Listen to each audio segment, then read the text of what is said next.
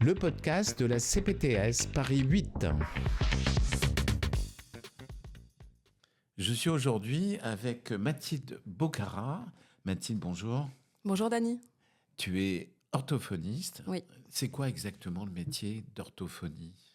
Alors l'orthophoniste, c'est un professionnel de santé, donc un professionnel paramédical qui s'occupe de tout ce qui est trouble de la communication, donc du langage oral, du langage écrit, de la voix, qui s'occupe aussi de la rééducation des pathologies neurologiques, qui peut aussi prendre en charge des pathologies liées à l'alimentation, à la surdité, aux troubles du raisonnement logico-mathématique, à la surdité.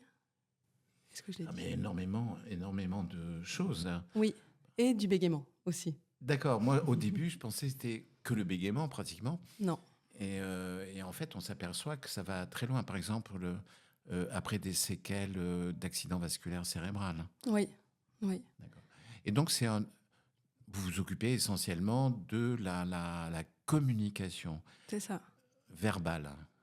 Verbal et aussi non verbal, par exemple dans le cadre de personnes qui n'ont pas accès au langage oral, mais qui doivent être aidées pour développer ou pour soit pour développer un moyen de communication qui n'est pas verbal, soit pour se réapproprier un nouvel outil de communication.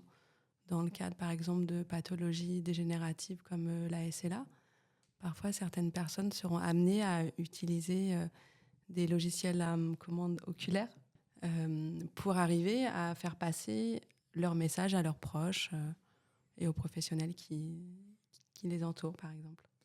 Est-ce que vous avez affaire aux artistes, par exemple ? Artistes de théâtre, chanteurs Alors, les orthophonistes qui s'occupent des troubles de la voix, oui.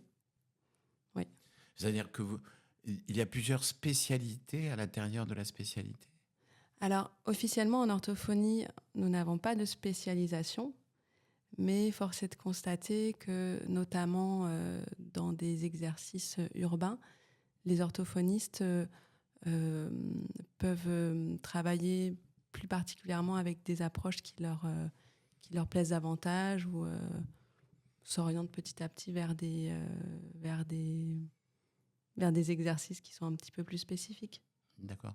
En fait, ça consiste en quoi ? Vous faites un premier bilan quand on vous adresse un patient ou quand quelqu'un fait appel à vous. Il faut une prescription médicale ?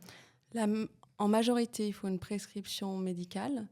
Donc, on va d'abord voir soit un médecin traitant, soit un médecin spécialisé comme un neurologue, comme un ORL, comme un pédiatre, par exemple. Et après, il y a un bilan suivi d'une prise en charge si c'est nécessaire. Et le bilan, ça consiste en quoi exactement ? Vous faites quoi ? Alors, pendant le bilan, il y a un long moment d'échange qu'on appelle l'anamnèse, où on va essayer de comprendre qu'est-ce qu'est la plainte exactement, comment est-ce qu'elle se manifeste, et on va essayer de comprendre dans l'histoire du patient à quand remonte cette plainte, et essayer un petit peu de mener l'enquête avant de faire tout ce qu'on appelle bilan normé. Bilan normé et passation d'épreuves. Eh ben, on va se référer à des tests parfois qui ont été étalonnés pour essayer de voir si le trouble dont se plaint la personne est effectivement avéré ou non. D'accord, j'ai compris. C'est-à-dire, on peut avoir une plainte, comme nous, par exemple, les cardiologues, on peut voir des gens qui sont essoufflés, et puis on leur fait un test d'effort, on s'aperçoit qu'ils sont normalement essoufflés, c'est-à-dire quand on fait un effort maximal, on est essoufflé. Et pas un essoufflement anormal qui surviendrait très tôt. Donc c'est ça que tu veux dire quand oui. Est-ce que la plainte... Disons que les tests peuvent venir nous aider à avoir un regard par rapport à ce qu'on attend en lien avec une population dite standard. Où est-ce que se situe la personne par rapport à la norme ? Sachant que parfois, une personne, par exemple, qui a un haut niveau d'études ou qui a une utilisation du langage qui est très développée peut parfois, après un accident neurologique, éprouver une réelle plainte, alors que par rapport au test, il n'y a pas tellement d'écart à la norme. Mais il faut quand même le prendre en compte.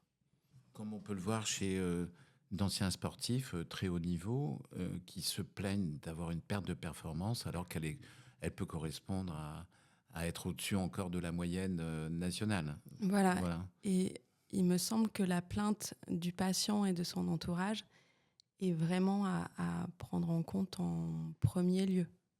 Voilà. Donc, dans le système de communication, j'ai une idée, je transmets cette idée à tous les muscles de la bouche, aux cordes vocales, pour exprimer un mot qui va être compris de l'autre. Et donc, il y a à la fois le cerveau qui va rentrer dans cette communication avec l'autre, hein, si je comprends bien. Oui. Et vous vous occupez de toutes ces phases, donc du cerveau, la langue, les cordes vocales, jusqu'au mot qui sort de la bouche. Exactement. Et à l'oreille qui l'écoute. Oui, c'est un processus très, très complexe. Mais passionnant. Oui, passionnant. Est-ce qu'il y aurait un message à passer? Est-ce que tout le monde est bien conscient que vous pouvez aider beaucoup de personnes dans cette communication? Un message à passer aux professionnels de santé pour leur dire pensez à l'orthophonie quand vous avez des patients qui présentent tel ou tel trouble? Peut-être que le message qui serait à faire passer serait de questionner davantage les patients, notamment suite à des accidents neurologiques, sur la qualité de vie et sur les répercussions qui sont plus invisibles dans le quotidien, comme un manque d'envie, un manque d'entrain, un isolement progressif. Ça traduit quoi? Une dépression ou ça traduit simplement un défaut de communication? Ça peut traduire une plainte, une gêne réelle, soit dans l'organisation de la pensée, soit dans la mise en mots, soit dans l'organisation au quotidien. Très bien. Merci beaucoup Mathilde. Avec plaisir. Et à bientôt.